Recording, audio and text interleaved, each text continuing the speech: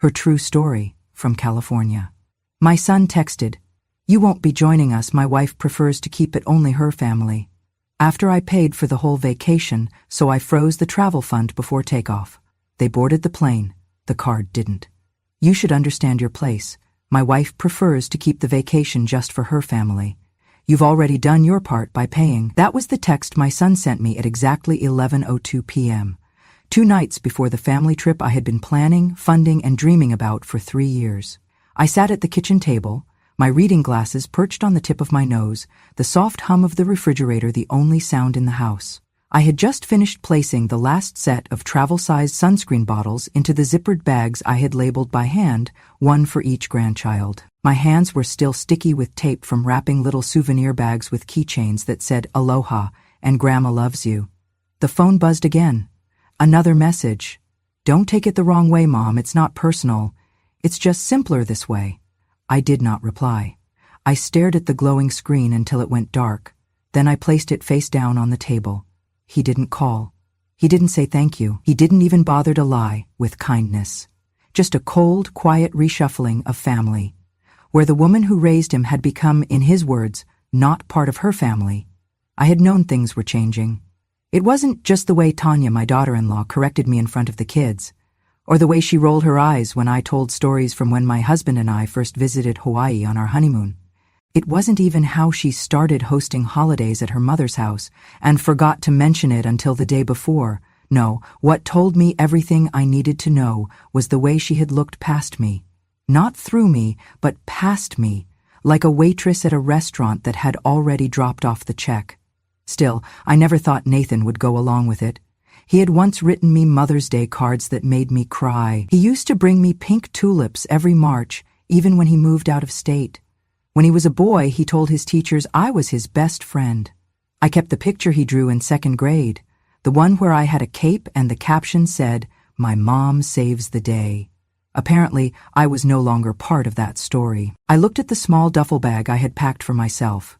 Inside were 2 sundresses I hadn't worn in years, a photo of my late husband I planned to place on the dinner table during our night at the beach, and a small box of matches for the candle I wanted us all to light in his memory. The candle was lavender, his favorite scent. I had imagined us standing on the sand, barefoot, as the sun dipped into the ocean. I imagined my grandson holding my hand, asking, "Did Grandpa love the beach too?" And I would say he loved it enough to bring me here before we could afford it. He loved it more because he shared it with me. But that wouldn't happen now, because I wasn't invited. I had paid for the beachfront villa. I had booked the flights. I had organized the airport transfers, the luau tickets, the snorkeling lessons, the breakfast baskets. I had spent hours on the phone with a travel agent, making sure the beds were soft enough for the kids, the walkways flat enough for Tanya's mother's bad knee. And now I was a line item that had been crossed off, the ATM that wired the funds and then quietly disappeared. I sat in the kitchen a long while. The clock ticked toward midnight. The house was dark around me, but I didn't turn on the light.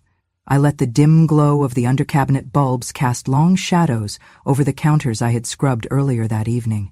For a moment, I felt shame. Not anger, not even sadness, just shame.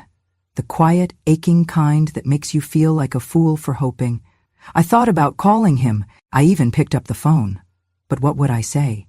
"That hurts?" He knew that. "You've changed?" Of course he had. "Please let me come." I couldn't beg. Not after all I had given. I set the phone back down. Instead, I got up, walked slowly to my desk in the den, and turned on my old laptop. The screen blinked awake, sluggish but familiar. I clicked open the folder labeled Hawaii Travel Fund. There it was, the total I had been building toward since the day I retired, $21,763.84. It had started with $10 bills tucked away in envelopes. Then I began selling old furniture, then tutoring English online at night. Every dollar had gone into this trip. I had set up a travel fund account, linked the payments for the villa, the airline tickets, the services. I had also set up all the cards to pull from one primary source, mine, because I trusted them, because I thought trust was something I had earned. The cursor blinked. I hovered over the button that said, Freeze Account. A simple click would pause all payments. A phone call to the travel agency would halt everything. I didn't click, not yet. Instead, I opened a blank document and I started typing something else. Not a response to Nathan, not a plea, a list. A new list of names, women from the church who hadn't left the state in 20 years. My friend Carol, whose son hadn't spoken to her since she got cancer. Louise, who buried her husband last fall and still brought his photo to Bible study. Frances, who helped raise her grandkids but wasn't invited to their graduations. Beverly, who told me last month that no one had ever taken a picture of her on the beach. I saved the file. Then I went back to the bank page. I clicked freeze. A small box popped up. Are you sure you want to pause all linked transactions? I clicked yes. Another message. All linked cards will be disabled immediately. Yes. Then I sat back, closed the laptop, and took a deep breath. I picked up the souvenir bag I had made for my youngest grandson. I took out the keychain and placed it on the table. Then I unwrapped the others, one by one. And for the first time in 3 years, I let myself imagine a different kind of trip. One where I was not unwanted, not a burden, not a footnote, but a host. And I smiled. Not out of revenge, but out of something stronger. Clarity. It started with a jar. An old mason jar I kept behind the flower in the kitchen cabinet. I called it the dream jar, though nobody knew that but me. Every time I skipped buying something small, a bottle of vitamins, a movie rental, a new pair of house shoes, I'd take that money, in cash, and slip it into the jar. It wasn't much at first. $5 here, the welk there, but over time it grew, quietly, like hope tends to do. 3 years I saved. I canceled my cable. I stopped buying my favorite tea. I tutored students online for extra income, even when my joints ached and my eyes burned. I turned the heat down at night and wore double socks. I declined invitations to lunch, telling friends I had a tight month. They didn't know I was putting every dime into that jar. For what? For a memory. For one last beautiful moment as a family. Hawaii wasn't just a destination, it was a symbol. James and I had gone there for our honeymoon. We were just 24, barely married, broke as could be. We shared a single suitcase and split sandwiches at lunchtime. He got sunburned so badly on the second day, he wore a bedsheet like a cape for the rest of the week. We laughed more than we ever would again. After he died, I made a quiet promise to myself. I'd take the family there. I'd let the grandkids see what he saw. Let Nathan feel the sand his father once walked. Maybe it would reconnect us. Maybe it would remind him of where he came from, of who loved him first. So I planned. I researched villas that could house all 9 of us. I called the travel agent a dozen times to ask about bed arrangements, dietary needs, and wheelchair access for Tanya's mother. I ordered custom t-shirts with everyone's name and the words, "Family is Forever, 2023, printed across the front. I chose a beachfront home with a fire pit. I imagined us sitting around it, lighting candles one by one, each of us saying a word to describe James. I would bring his photo, the one of him laughing with his head thrown back, sun in his hair, and I'd hold it while we all said something good. I imagined silence, then tears, then laughter, but mostly I imagined being seen, being thanked, being held. None of that happened. Because somewhere along the way, I stopped being part of the picture. I don't mean just the metaphorical one, I mean literally. I noticed it slowly. Fewer group photos. When they posed at Thanksgiving, Tanya would say, "Let's do one of just the kids." Then, "Let's do one with just our family unit." And by the time they were done, there wasn't time for one with me. At Christmas, they all wore matching sweaters, red with white trees. Mine was blue. I didn't even know there was a plan. Nathan would brush it off. "Oh, you're not into that stuff, Mom." But I was. I just wasn't asked. Tanya took over birthdays. She hosted everything at her mother's place. I was invited, but I felt like a guest. Once, she told someone, "Nathan's mom is here too," as if I'd wandered in uninvited. And always, she smiled like she didn't mean harm. But harm doesn't always come with raised voices. Sometimes it comes with exclusion. With omission, with being the one left out of every photo, every story, every seat at the table. But still, I planned. I held on, because this trip was going to bring us back together. Because once we were all under that Hawaiian sky, with waves whispering against the shore and children squealing in the sand. Maybe love would be enough to remind them. That was the story I told myself. That was the dream I built out of sacrifices, small and silent, until that text, that single text that turned a 3-year dream into a 3-second dismissal. You've already done your part by paying. Suddenly, every skipped tea, every cold night, every tutoring hour spent squinting at a screen felt foolish. I hadn't been building a bridge. I'd been building a pedestal, one they never planned to visit. I thought of the candles I'd packed, of the moment I imagined us holding hands by the fire. But the truth hit me like a wave breaking sharp against rock. They didn't want my stories. They didn't want my memories. They just wanted my money. And now that they had it, they wanted me to disappear. That night I went to the closet and unpacked my bag. I set the lavender candle on the table beside James's photo. Then I sat in the quiet and asked myself something no mother should ever have to ask. When did I become a burden in the family I'd built? The morning after the text, I woke up earlier than usual. Not because I had anywhere to be, but because I couldn't sleep. I kept hearing his words in my head. Not even his voice, just the words. Cold, typed, delivered through a screen. You've already done your part by paying. I moved through the house like a ghost, folding the same blanket twice, straightening picture frames that were already straight, wiping the kitchen counter though it was spotless. The silence clung to me. It hummed in the walls. Later that afternoon, I opened my email to check a grocery receipt, and that was when I saw it. Subject, Final Itinerary, Hawaii Family. Passage, sent from the travel agency. I clicked it without thinking. A full breakdown of flight schedules, villa check-in times, excursions, dinner reservations, rental car pickups, everything I had worked so hard to organize.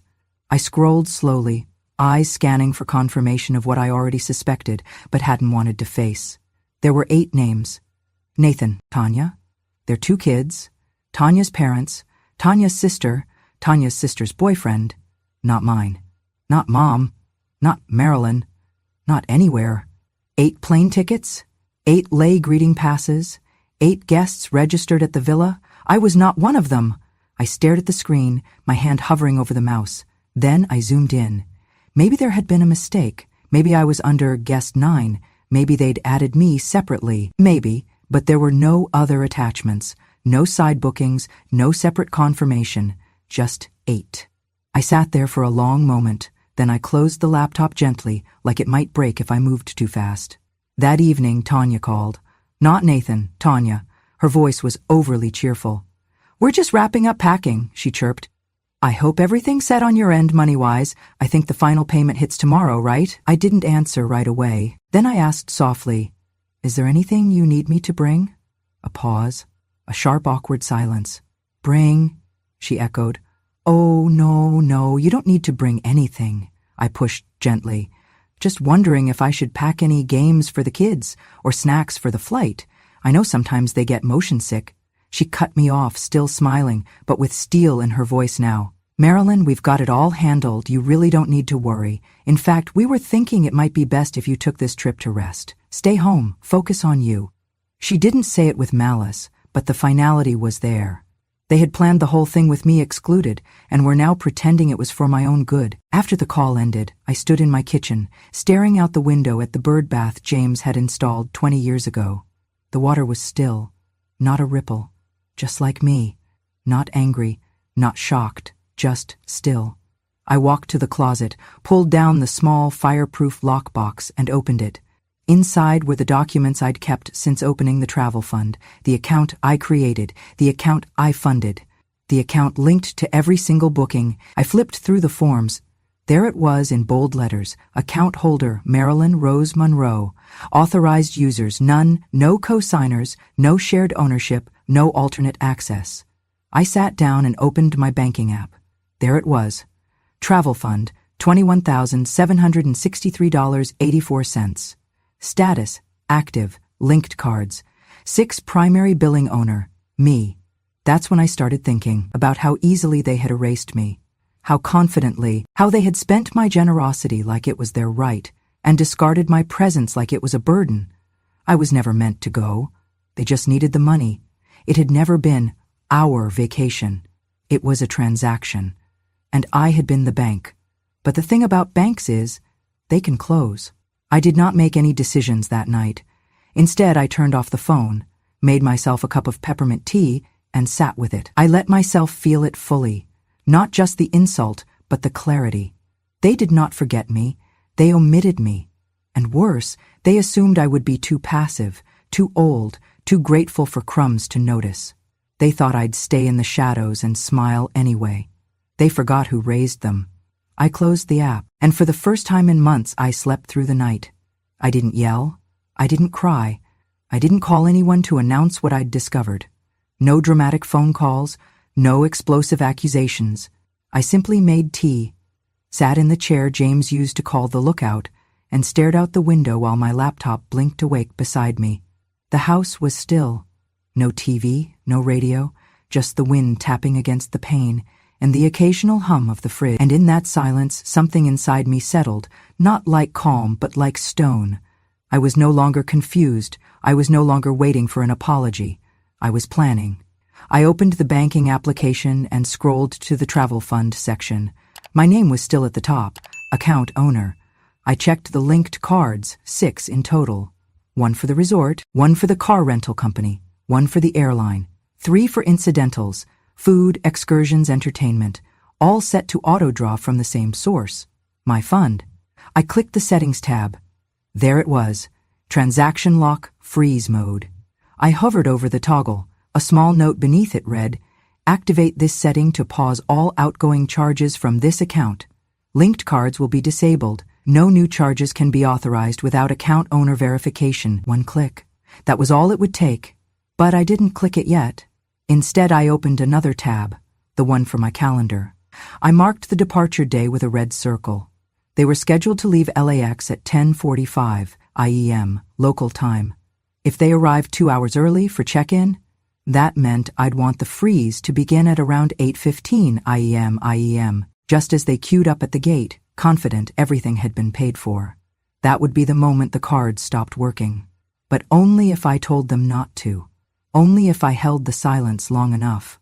Still, I didn't press the button, not yet, because once you decide to stop playing the role people assign you, the good mother, the generous grandmother, the smiling supporter who never asks for anything back, there's no returning to that mask, and I wanted to be sure. So I gave them one last chance. Just one. I sent a message to Nathan, simple, soft. Me. Let me know if you'd like any help with the kids' bags or snacks before the trip. I can bring some extra motion sickness bands for Olivia. No reply. An hour passed. 2. I could see that the message had been read. Still nothing. No thank you. No acknowledgement. No we appreciate you. Just nothing. That's when I knew. There was no misunderstanding. This wasn't about miscommunication or forgetfulness or Tanya's preferences. This was about entitlement. About the quiet cruelty of people who think love is a one-way transaction. I was the vault, and they were cashing out. But not anymore. I returned to the banking app. My finger hovered again. Then, without hesitation, I clicked. The icon turned blue. The message updated. Freeze mode activated. All transactions are now paused. Manual authorization required to resume. Done. I stared at the screen for a moment, letting it sink in. There would be no confirmation email sent to them, no alert, no warning. They would find out the way I found out I wasn't invited, in the most silent, undeniable way possible. I leaned back in my chair, took a sip of tea and exhaled. It was not revenge. It was reality. A reality they chose. But that did not mean I had to fund it. Over the next 48 hours, I said nothing. When Tanya posted a photo of matching beach hats on social media, I didn't comment. When Nathan texted the family group chat a final, ready for takeoff message, I didn't respond. And when my youngest granddaughter sent me a voice note saying, "Grandma, we're going to see sea turtles," I saved it, pressed it to my heart, and said aloud, "I'm sorry, baby, but someone had to teach your parents the value of presents." Then I returned to my laptop and opened a new spreadsheet. This time, it wasn't for them. It was for me. I made a list titled, "Those Who Deserve to Be Seen." At the top, I wrote, Carol, Beverly, Louise, Frances, Nora, Denise, each one a woman like me, overlooked, underestimated, overused. and beneath each name I began mapping what a vacation could look like, not for reward, but for restoration, not out of pity, but out of power, because if I was going to be the one holding the checkbook, I would decide who was worth the trip. That night I slept with the window open. The wind whispered, like a secret finally spoken. They had their bags packed. They had their boarding passes printed. They thought the only thing left was the flight. But the flight runs on more than fuel. It runs on trust. And they had none left with me. They left for the airport with matching luggage, straw hats, and that soft, smug air people wear when they think everything has gone exactly according to their plan. Tanya posted a photo on Instagram from the backseat of the Uber, the kids grinning, Nathan making a peace sign, her own caption reading, "Off to paradise, family only," the last part cut like glass. I saw it while sitting at my kitchen table, sipping coffee from a chipped mug I had owned since before Nathan was born. The same mug he once made me breakfast in bed with when he was 9 years old. I did not like what I felt, but I did not look away. I watched their story unfold, frame by frame. At the airport, at check-in, at the gate, luggage stacked, kids jumping. Tanya's mother posed beside the airline sign like it was a red carpet. 8 smiles, no seat for me. Then the message came in. "Nathan, hey, getting weird error at check-in. Can you check the travel account real quick?" I didn't reply. 5 minutes passed, then another. "Nathan, they're saying the card was declined multiple times. You see anything on your end?" Still, I said nothing. Then the calls started. At first, 1 every 10 minutes, then every 5, then back-to-back. Voicemails followed. "Mom, it's me. Just give me a quick call, please." "Okay, I'm not sure what's going on, but we can't get the rental confirmed. It's saying funds unavailable. Can you look? Mom, please, the kids are freaking out. Just tell me if something happened to the account." I kept the phone face down. The clock read 8:27 a.m. The flight was scheduled to depart at 10:45 p.m. I pictured them standing at the counter, scanning and re-scanning those plastic cards, Tanya growing more frantic with each beep of denial, her parents asking questions in low, sharp tones, Nathan sweating, trying to pretend he was still in control. Then came a voicemail with a different tone, a low, urgent whisper. "Mom, I don't know what you did, but if this is because of the text, can we please talk?" No apology, no admission, just an offer to talk, now that their plans had fallen apart, and still I said nothing. The resort called next, not to my phone, but via email. Subject: Booking cancellation request confirmed. Dear Miss Monroe, we have processed the requested cancellation of your villa booking. Due to the account freeze, associated charges have been reversed. As per your authority as the sole account holder, no further action is required. We hope to welcome you in the future. I read it once, then twice, and finally I allowed myself a small, bitter breath of release. They would not be welcomed. Not there. Not now. Maybe not ever. At 10:40 a.m. Nathan texted again. "We're boarding. Call me, please." But I didn't. They took off without a place to land, because money is only a guarantee when backed by trust, and they had broken theirs. By noon I had over 50 missed calls. From Nathan, from Tanya, even from her mother. I didn't listen to any more voicemails. I went for a walk instead. The air was warm, birds chirped. A neighbor waved and asked if I was heading anywhere for spring break. I smiled and said, "Not yet, but soon." When I returned, the phone had finally stopped ringing. Instead, there was one new message. "Nathan, look, if this was about what we said, maybe we messed up, okay? I don't know, things got twisted. But the kids are here, they're excited. We can still fix this. Please, just unlock the account. I promise we'll talk everything through when we get back." I stared at the screen. They wanted the vacation and postponed the apology. They wanted forgiveness without confession. They wanted me to fund their joy while they exiled mine. So no, I did not unlock the account. I did not answer the message, and I did not explain myself. Because I owed them nothing. Because sometimes silence is the only reply strong enough to be heard. The refund arrived 2 days after their flight. It came in small notifications, one by one. First the resort, then the rental car company, the airline taxes and fees, the tour packages, the private chef deposit, The lays, the luau, the snorkeling excursion, all returned, all reversed, all mine again. My travel fund account, once drained by love, was full again. But this time, love would not be blind. This time, I would spend it differently. Not for appearances, not for people who viewed me as a wallet with wrinkles. This time, I would spend it on those who knew what memory was worth, because they too had lived lives of giving without being seen. I opened my notebook, the same one I had used to write down James's favorite songs, his old fishing recipes, and the names of every grandchild. I flipped to a clean page and wrote 3 words at the top: The Forgotten Women. Underneath, I began listing names. Carol from church, a widow whose children hadn't visited in 5 Christmases.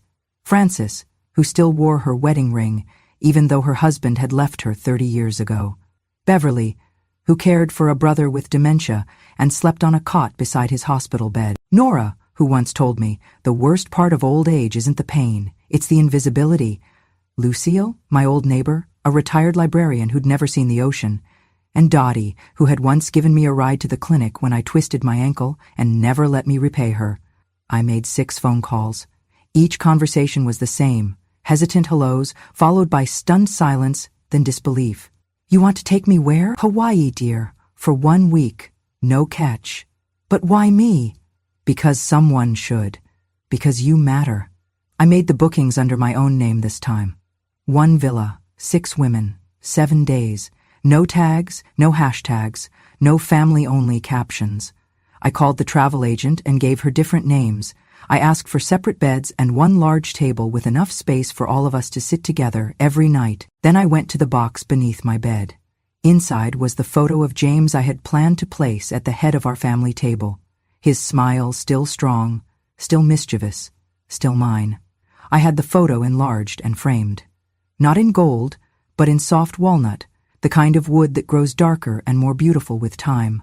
I packed it in bubble wrap and placed it carefully in my suitcase. When we arrived at the villa, a place perched above the ocean, where palm trees swayed like slow dancers and the salt air kissed your skin before you knew it, I walked through the front door and set that photo on the dining table. No one questioned it. No one asked me to move it aside. That night, we sat together under hanging lights, the sound of waves whispering through the open doors. Carol wore a bright scarf and kept refilling everyone's wine. Beverly toasted to finally being somewhere I didn't have to clean after. Frances cried when she saw the view from her window. We didn't talk about who forgot us. We talked about who we remembered. We didn't compare scars. We showed each other the strength beneath them. And James, my James, watched it all from the center of the table, his smile never fading. Each night, we lit 1 candle beside his photo. Each woman said 1 thing they wished someone had told them when they were 30. I see you. You're allowed to rest. You don't have to earn love. Your story matters. You are not a burden. You are never invisible. On the last night, we walked the shore in silence. The stars were so close, it felt like you could reach up and tuck one into your pocket. The water curled around our ankles. The moon made silver of every wrinkle and curve and scar. I looked around at the women beside me, women who had given without asking, loved without limit, endured without applause. And I realized something. I hadn't just taken them on vacation. I had brought them home. To each other, to themselves, to the reminder that memory, when shared with the right people, becomes more than a flash in time. It becomes legacy. The email arrived 3 days after they returned. I had just come back from a morning walk, the ocean still whispering in my ears. My suitcase was halfway unpacked, with a half-eaten pineapple wrapped in the fridge, and the scent of plumeria still clinging to my clothes. I sat down at my desk, opened my inbox, and there it was. Subject: Just want to clear the air, from Nathan. I stared at it for a long moment before clicking. Hi, Mom, we're back now. It was, well, not quite what we imagined. A lot went wrong, obviously, and I guess some of that was our fault. I'm not saying everything was handled perfectly. Maybe things could have been communicated better. Tanya says hi, by the way. She was really stressed and didn't mean to exclude you like that. I think maybe she just wanted the trip to feel a certain way. You know how she gets about structure. Anyway, I've been thinking, maybe we weren't fair. Maybe we messed up. But we're home now and trying to sort through a lot. Honestly, the kids are confused, and we're trying to shield them from too much drama. That said, we're in a bit of a bind financially. We had to rebook a bunch of stuff on credit, and it's kind of snowballing now, so I just wanted to ask, if you're able, could you maybe consider returning the original deposit we gave for the trip? Or even part of it? I know you probably feel hurt, but we're still family. Just let me know. Nathan, I read it once, then again, then a third time. Each time, my eyes found their way back to one sentence. If you're able, could you maybe consider returning the original deposit? I leaned back in my chair, letting the silence sit thick in the room. They wanted the money back. Not just an apology, not healing, not reconciliation. They wanted a refund. I thought about the word deposit, as if they had invested something, as if they had contributed to a collective vision. But they hadn't deposited anything but assumption. Assumption that I would pay, that I would remain silent, that I would feel grateful to be included, even on the outskirts. I clicked the Sent Items folder and found the original transaction. Every payment had come from my name, my account, my sacrifice. There had been no shared fund, no co-signed contribution, just me. They were asking me to give them my money to cover the cost of their choices. It would have almost been funny if it weren't so familiar. Because that's what mothers do, right? Pay the bill and swallow the insult. Hold the pain and hand over the blessing. Get erased from the photo but still by the frame. I closed my eyes and pictured the dining table in Hawaii. 6 women laughing, clinking glasses, passing bread. James smiling from the center, in his walnut frame. No demands, no expectations. Just presence. Just peace. Then I thought of Nathan's email. The absence of any real apology. The presence of excuses. The convenient inclusion of Tanya's stress and the vague suggestion that I should just understand. But understanding doesn't mean surrender, and love without respect is not love at all. I reopened the email, hovered over the reply button, then closed it again. There was nothing I needed to say. Because if you need to explain why you won't refund betrayal, the person asking never deserved an explanation in the first place. I folded the laptop shut and went to the kitchen. I poured a glass of iced tea and looked out the window. A bird dipped low across the yard, brushing past the wind chime James had bought on our 35th anniversary. It sang a note as light as memory, and I smiled. I may not have received a true apology, but I no longer needed one, because I had something better. I had clarity, and I had kept what was mine. I sat on the beach, toes buried in the warm, forgiving sand, watching the tide roll in like breath itself. The sky was the kind of pink that only appears in postcards or memories you swore you'd forgotten. Behind me, the villa glowed with the sounds of women laughing, not loudly, not for show, but in that low, full way that comes from somewhere deep, from someplace healing. Frances was telling a story about the time she took the wrong bus and ended up 3 towns away from her wedding rehearsal. Carol was trying to teach Beverly how to hula, with a flower tucked behind one ear. Dottie was singing an old lullaby under her breath. And Nora, sweet Nora, was writing a postcard to herself, addressed to the home she said no one had written to in over a decade. I watched them and thought, this is what family looks like when no one's trying to impress each other. Just presence, just joy, just permission to be. It had taken me a long time to understand that love doesn't come with volume, it comes with consistency, with showing up, with listening, with choosing someone even when they're no longer convenient. That night, after dinner, we gathered outside on the patio. I pulled out the candle. Lavender, the last one. I had brought 7. 6 were already lit, each one by a different woman, each one carrying a memory, a name, a goodbye they'd never been allowed to say aloud. Now it was my turn. I set James's photo at the center of the table. The women fell quiet. I held the matchstick in my hand. This, I said softly, was supposed to be for all of them, for my family. But I think maybe it was always meant for this. I struck the match. The flame flared, then steadied. I lit the candle and watched the wax begin to melt, slow and certain, like time itself. One of the women, Beverly, reached over and touched my hand. I didn't think I'd feel this again, she whispered. Peace, gratitude, like I mattered. She looked at me, tears welling in her eyes, and I didn't think it would come from someone like you. Someone like me? I asked, smiling. Someone who knows, she said, what it's like to give everything and still be left outside the door. I didn't respond. I just held her hand a little tighter. After the candle burned for a while, I stood up and walked down to the edge of the beach. The women followed behind me, slowly, barefoot, each carrying a seashell or a ribbon or a single written name tucked in their pocket. We formed a circle in the sand. No ceremony, no script, just silence. And then I said it, not to them, not even to James, but to the part of me that had needed to hear it most. I'm not sad anymore. Because I wasn't. I wasn't angry either. I wasn't waiting for Nathan to call. I wasn't hoping Tanya would realize what she'd done. I wasn't holding out for some teary reunion where everyone finally understood how much I had carried. I had stopped carrying it. And for the first time in decades, I felt light. I thought about that email, that pathetic, calculated attempt to turn apology into negotiation. I thought about the years I spent trying to be enough for people who only saw me when they needed something. And I smiled. Not the kind of smile you wear at family gatherings where you're handed a paper plate and told to sit at the kids' table because there's no more room. No. This was the kind of smile that comes when you realize you were never the problem. You were just giving your best to people who'd already decided it wasn't enough. That's when the words came. Quiet as the wind. Kindness breeds entitlement. So I erased that kindness. And now I owe nothing to anyone. Not because I was bitter, because I was finally free from expectations that had only ever drained me. Free from the weight of false belonging. Free from the performance of motherhood that required constant sacrifice without ever being asked, "And what about you?" I stood at the shoreline and let the waves come to me. They wrapped around my ankles and pulled at the sand like they were saying, "Let it go." So I did.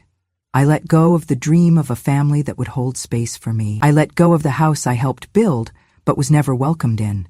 I let go of the quiet, endless reaching for approval I'd already earned 1,000 times over.